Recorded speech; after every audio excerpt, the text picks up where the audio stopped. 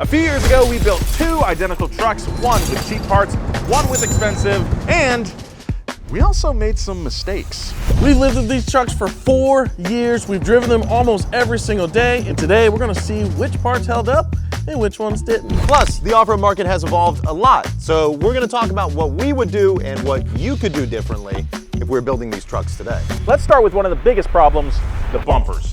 Let's go over here to High Truck, which is equipped with a really big, heavy ARB bumper system. Yeah. I think it looks pretty badass, but it has caused some problems over the years. And that is the problem, Nolan. A lot of people, when they think off-roading, they think ARB bumper. They're almost 200 pounds by themselves. Duh! That's a heavy boy. That is a heavy boy. It also is kind of outdated because it doesn't really help your approach angle. Approach angle, of course, is if you're going to an obstacle, this bumper juts out pretty far, so it's gonna be harder for you to approach that obstacle, whereas the bumper we now have on low truck kind of solves that issue. We'll get to that. Little spoiler here, I kind of hate driving this thing on the road. It's awful. I was so excited to drive this when I first started, and then I was like, this sucks. This is bad. Yeah. All right, let's move on to the other part of the armor here. We got the sliders on the side and the rear bumper. We got these really beefy sliders here. They're welded directly to the frame. They got dimple die kind of like steps on them, which is sick for grip getting in and out of the truck. We have these kind of kickouts right here that protect the truck from obstacles like rocks and trees and stuff. And I actually do remember on our road trip, these actually being used on the trail here. Yeah. Low truck severely missed out when it didn't get sliders. These are awesome sliders. The fact that you actually fill the voids with a step makes them a lot more comfortable and good for daily use. The thing I would do is that you have these ones at a 0-degree angle, and they have the top plate. I don't like the top plate. Each one of these little things is probably like a 2 to 3 pound piece of metal, but there's 5 of them. Yeah, so 10 it's an total. extra like 20 pounds on either side. Yeah. The other thing I would do is, like I said, this is like a 0-degree slider, which means it just comes straight out like a step. I like ones that come up at a 20-degree angle and they're tighter to the body, because the thing you basically want is this bar on the inside is what's supposed to slide over the top of a rock. Right. This bar is supposed to keep you away from a rock. This is where me and Zach differ. I like this type of slider because it's more comfortable. I'm not gonna put this truck that I'm using for daily driving in a situation where I need the absolute protection of an angle slider. It is harder to clean, it is a lot more weight, but the day-to-day use of it is a lot more comfortable when you're standing on it, trying to get to the top of it. With a flat step like this, I can guarantee you that your girlfriend or wife Yes. will like your truck a lot more because she can get in and out of it a lot easier. All right, finally, when it comes to armor here, we got the rear bumper. This is a coastal off-road design here with swing outs for things like jerry cans, which one of them flew out somewhere, and the other one is in the parking lot. I think it's pretty badass. We also got these little hoops here to protect the corner of the bed here. This is too tight to the body. Yeah, because you don't actually want it to touch the bumper. No, you don't want it to touch the body. The frame and the body move at different ways. So when you actually flex the suspension, the frame twists and moves, and that's why you need like gaps between them. You don't want this to be super tight. Oh, wow. It's all the way down to the bare metal. Yeah. Ooh, these things rattle like crazy. The latch mechanisms on them are super complicated. They're rusting. We did actually have these off for a long time, but it's because every time we gotta get in the bed here, you gotta open these up, unlock this, open it up, swing it out the appropriate distance for the tailgate to come down, and it just kind of got to be a pain in the ass, so we've taken these off. And we do use these trucks for literally like every shoot that we do. Any video you see on our channel, these trucks were involved in some way, something we can put tires in, wheels and tires in if we need to, you know, get them mounted, or like Pelican cases full of camera gear. We just use these things all the time. They're great. We actually still have a spare under the vehicle for some reason. We do? So that's even more weight. Oh my God. The other great thing about having a truck is that you can literally put the tire in the bed of the truck. Yeah. Overall, you know, we've had some issues. The bumper came off on the trail that one time. We did fix that. It's welded in place now. We've removed the underbelly skid plates because they were rattling a lot. Right. So we did take those off. The braking performance on this truck was horrendous. It still is pretty bad. In the future, I would not build something with swing outs. I would just have this bumper. I love the coastal off-road stuff. So let's talk about low truck. So this is Low Truck, our budget overlander slash backbone of Donut Media. We use this for everything, absolutely everything. Eagle Eye viewers will notice that this is not the bumper that's been on this truck. It looks a little different. It's actually a coastal off-road kit that I and Aaron Parker put together. Let's talk about the skid plate underneath, because Justin, you had some stuff to say. So Low Truck didn't get any skid plates under it. It's fine because the stock skid plate is great. It's beefy. These sell for hundreds of dollars still. Really? So don't get rid of your stock skid plate. It's awesome. I don't have a single stock skid plate on any of my off-roaders. Exactly. Well, it's because you got new big expensive ones. Yeah. Well, this is like 1/8" steel, you know? It's like It's really good. All right, let's move on from the bumper. Let's talk about my least favorite part of this truck, our sliders. They're not Yeah, man, what the heck? When we're doing the armor episode, we had like 3 or 4 days total to shoot and modify all the truck. Aaron Parker and I had to kind of design our first bumper. And that took like a day of like drawing. So we burned one day, put that front bumper together. And then the final day was like, oh, we still need sliders. So I just went and grabbed the little side steps that were on High Truck that High Team had thrown away. And as you can see, this one got bent pretty good when we were out in Poughkeepsie Gulch. I would love to build some real sliders for this truck. I think that's probably the next thing we'll do. It's not a slider. It's a Nerf bar, Yeah. I would like to see Low Truck get what it's, do. Yeah, maybe do that 20-degree trick that you're talking about. Yeah. That's what I'm talking about. All right, so One of my favorite parts about Low Truck, this is some 5x2. This is some 5x2 rectangle bar stock that I cut and welded it to the stock bumper brackets. It works. I think For the longest time, I thought it was a piece of wood. Oh, It really? looks like a Dude, this is my favorite part about Low Truck. It actually does what it needs to do. You got the bumper out of the way, and it's still a step. You came crashing down on something. Your bed's kind of gone. Yeah, but you know what? Who cares? This would unfortunately serve you very little to almost no protection. The only thing this would protect you from is backing into something. But if you came down over like a high enough ledge or anything, it would basically rip up your whole bedside until it got to here. Then it'd be like, well, this saved the taillight a little bit. That'll probably hang me a little bit. Yeah. Nolan, I want to give you credit because I don't think you had messed with a truck like this. No. Before this, I don't think I would have done any better myself. I can sit here and be a critic, but critics don't make movies. You know, they say they don't make statues of critics, but I think Roger Ebert, he literally has a statue of him, right? They're badass trucks. These trucks are amazing. Stocks. Like, you can make the truck so capable, but there's a limit that you hit with, like, how much do you want to mess up? There's that threshold you pass where it's just like, I've gone too far. Yeah. Now this car sucks. Yeah, we definitely hit that limit with High Truck because of the weight. It doesn't have the power. Yeah. So we talked about the armor. What's next? Suspension. Experience luxury. Experience beauty. Experience the Mother's Car Spa and Bathhouse. A therapeutic getaway for your hard-working whip. Now that's a clean tailpipe. Let our automotive therapists give your car the full VIV experience. Pick from a range of options like the Back to Black trim and tire mani-pedi to keep your car looking sharp. Back to Black trim and plastic restore brings the sheen back to the sun-damaged plastic on your VIV's exterior and prevents future damage. Give your car's feet a treat with Back to Black satin tire dressing for a deep, natural finish. Or try the Back to Black high gloss tire shine. Now that's high gloss. I brought my prize pony car there for this here car season, and honestly, it's completely show ready. That's not a car wash. That's more like a car spa, if you ask me. Yeah, that's why it's literally called a car spa. You care for your hands and feet, so why not care for your car's hands and feet? The trim and tires. Treat your vehicle right and give it that mother's love. Mother's Polish. It's a spa for your car.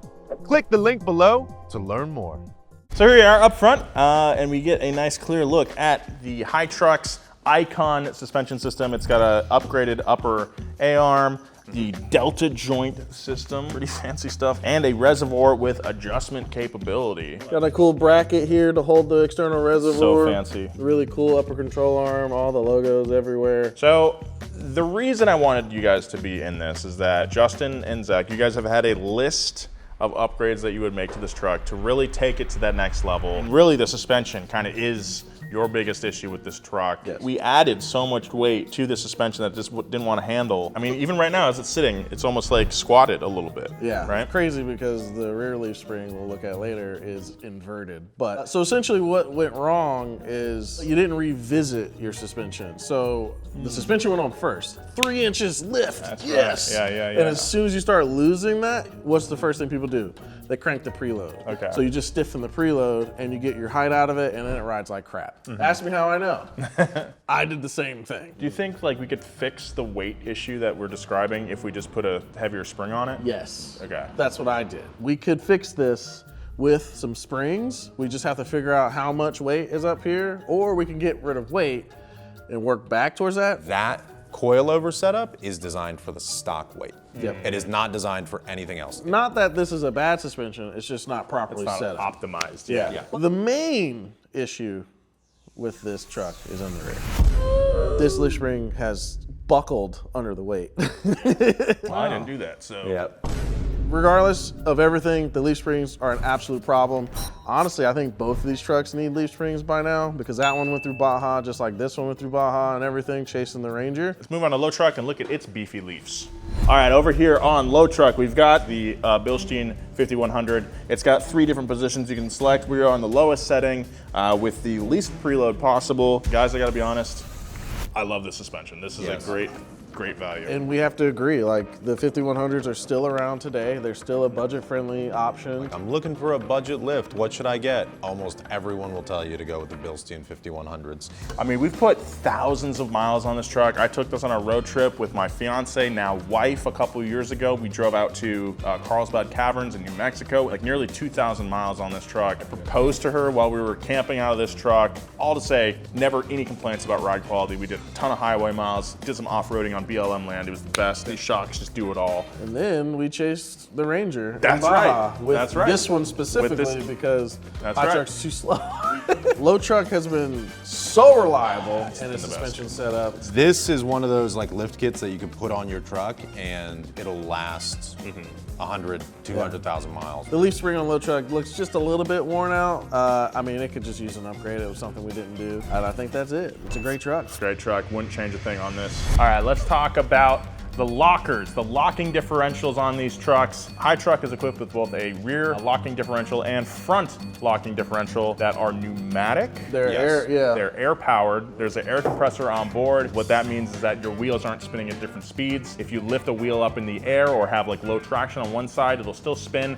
The power will not find the least path of resistance and spin that tire that isn't loaded up. Really useful for rock crawling. And when you turn the front locker on in this thing, Unstoppable. It's unstoppable. It's Yeah. a really interesting driving sensation. Having a front locker in most situations is kind of overkill unless you're doing what this guy's gonna do. Well, it's kind of a cheat code. It like is. once you turn the front locker on and the rear locker on, it's pretty easy. The only thing that you really like get a hang up with is with the front locker on in most of these vehicles, it binds the steering. You kind of have to fire and forget. Like you got to get lined up and like, Yeah. okay, here's what I'm going to do. I'm going to turn that locker on, and you're really not going to be turning too much. With a rear locker alone, which a lot of stock SUVs and trucks come with, you can go very far. Do a lot. The system that we have, the ARB compressed air system, we haven't had a single issue with it. We always know when it's on, when it's engaged. No issues whatsoever to speak of. I think it's one of the components I would choose if I was building an Overlander. Even though it's overkill, like you guys are saying, it is, like you said, a cheat code. If you get in a weird situation where you're like, I'm gonna be stuck if I don't have a front locker, will get you can out. get out of anything. It's awesome. Yeah, I would also say a pneumatic locker is generally the least reliable. You have to run the airline up here, then you have to rely on the compressor as well. There's like all these components. Because if your compressor dies,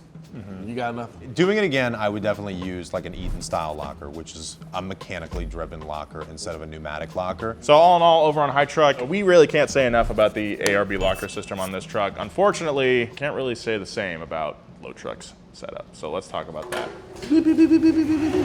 Let's talk about the e-locker that we have on Low Truck. We don't really know if it works or not. It's Okay. tough to tell. It works when it wants. It works when it wants to. So we took the e-locker out of High Truck, put it in here. Then we got a wiring harness from a company that I do not recall, but will edit into the video right now. It came with a wire coming off the switch where when you engage it, an LED turns on.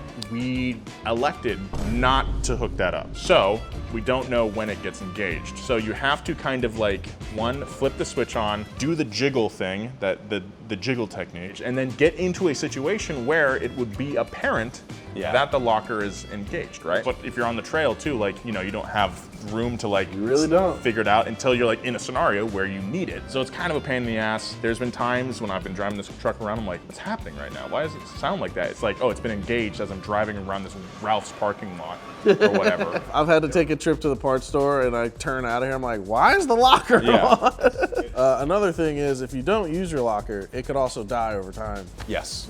Which I think is what's happening here. Yeah. So something I would like to do, along with the sliders on the side, wire up that LED, make sure that it works, and continue to use this thing. I mean, if you're gonna buy a first-gen Tacoma, all you really need are some knobby-ass tires and a rear locker, and you can go very far. Locker good, Locker application here, not as good. Not as good. Okay. Well, Could be better. let's talk accessories. Let's start with lights. Bumper lights, good. Light bar, It's seen better days, to say the least. one of my least favorite things about high truck is where the light bar is placed. Why is it above this? It's supposed to be in front of this. Yeah, I mean, ever since we've installed it, it's always kind of like wobbled. Right. Probably because it's on the T-Track. Because it's on the wrong thing, yes. Nothing wrong with the KC lights. These are awesome. These are actually the old ones. They have newer ones now. They are still insanely bright. They're very, very bright. Here's the thing, and this is my opinion, roof racks are pointless. Roof racks. Roof racks are pointless, and Yeah. light bars are pointless. I'd love to hear your roof rack. All right, opinion roof now. racks, especially on a pickup truck, pointless because you got a bed. Unless you're way full, you know, but then you got a bed rack. So why don't you use the bed rack? The reason we installed the roof rack was because we put an iCamper tent system, super long tent. It needed to have something to rest on the roof. That damn. Yeah. Okay. Also, let's talk about the tents that are no longer on these vehicles anymore. Deal, you have a tent on your truck though. I do. I have. Where do you see the market going with that? I still think there's a lot of people that see the value in having a rooftop tent. They are really comfortable. They're also very expensive. But at the same time, if you spend a lot of nights camping in your truck and like you want a comfortable night's sleep, for the most part, it is one of the most comfortable ways you can go. But not every rooftop tent is as nice as that one. That is a very good rooftop tent. My thing about rooftop tents, you've always got to pee in the middle of the night, and there's nothing worse than waking up and getting out of the tent. Do you just like, You need a colonoscopy. oh, maybe, probably. It should help with that. Yeah, get it reamed Or out. see a urologist. Yeah. Get it reamed out? Is that what you just said? A lot of rooftop tent people, they just keep a bottle. Piss outside. What? They just keep a bottle. They do up the there. thunder jug in the tent? Thunder jug. That's crazy. I've seen them stick out the zipper, just pee off the side. Man, Overland Expo's crazy, dude. Yeah, there's piss everywhere. If you're shopping for a tent today, high end, low budget, are there better options than what you guys picked? Absolutely. I would say 2 swag tents in the back of low truck would have been a better option. 2 tents? 2 swag tents, tents. my little tube tent. Justin and I both use those pretty often. They're awesome. They just like roll out to a little tube tent. It's amazing. You have pod tents now, like it packs small, so like a duffel bag size, but then it just Really? pops up and you can stand in it and everything. Whoa. Throw that in your truck bed, you're good to go. Never even heard of this stuff. Yeah. The only thing I wouldn't have added to low truck really for recovery device is that high lift jack. Oh Because yeah, that thing's sketchy as hell. those things are life-threatening. A high lift jack is a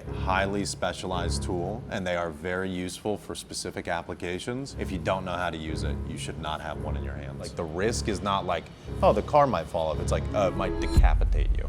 I think we should probably take it out. Another thing we replaced, and something I would definitely do a redo on, we did a manual hand crank come along for low truck. I think we just did that for the laughs, when in reality, I think some of you guys even commented on that video like, hey, there are knockoff worn winches at Harbor Freight for $200, and we ended up getting one later on. Yeah. That was a bit of a swing and a miss on that one, honestly. All right, well, it sounds like technology has certainly moved on in the accessories department. Maybe some of the execution of our lighting, not the best. It really is incredible how quickly the overlanding and off-roading space has evolved in the last few years because of the market spike Yeah. during COVID. For all you Australians in the comments, back up. We know it's called touring. I know. And I know you guys have been doing it for 100 years. Touring. It's okay, On we're board of learning. my kookaburras over here. What accent is that? I have no idea.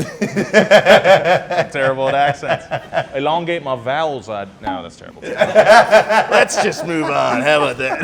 All right, last thing we're going to talk about today is the engines on these trucks and all the changes that we did not make to them because we didn't touch these things, and that's why they've been the best vehicles here at Donut. Frankly. Yeah. Good job, Nolan. Yeah. These 3.4 liter V6s making like 176 horsepower or something like that. So reliable. Again, haven't had any issues. And honestly, I don't think I'd want to change anything in these cars. Yeah. In these engine bays, at least. They're pretty slow, they're pretty sluggish, but That's why it's reliable. they're super reliable. But I would have probably done the Magnuson supercharger, or I would have done the TRD supercharger, which is a factory Toyota like aftermarket option. But they are also super reliable power adders for these engines. They don't run a whole lot of boost or anything like that, but they just give it like a slight bump. That is the only thing I would have added to high truck. For low truck, I think it's simple to keep it like this. If I'm going on another 2,000-mile road trip, like I don't want to worry about breaking down. Right. You don't want a cool air Calls back, intake. no. You don't want anything under here changed because this is the most reliable, protected way to do it. All that's to say, there's a reason we use these trucks pretty much every day here at Donut, and that's because this engine is perfect. Super reliable. Yeah. All these things need is like to be spit on once a month, and then it runs like a dime. A dime. It drives like a dime. You say a challenge?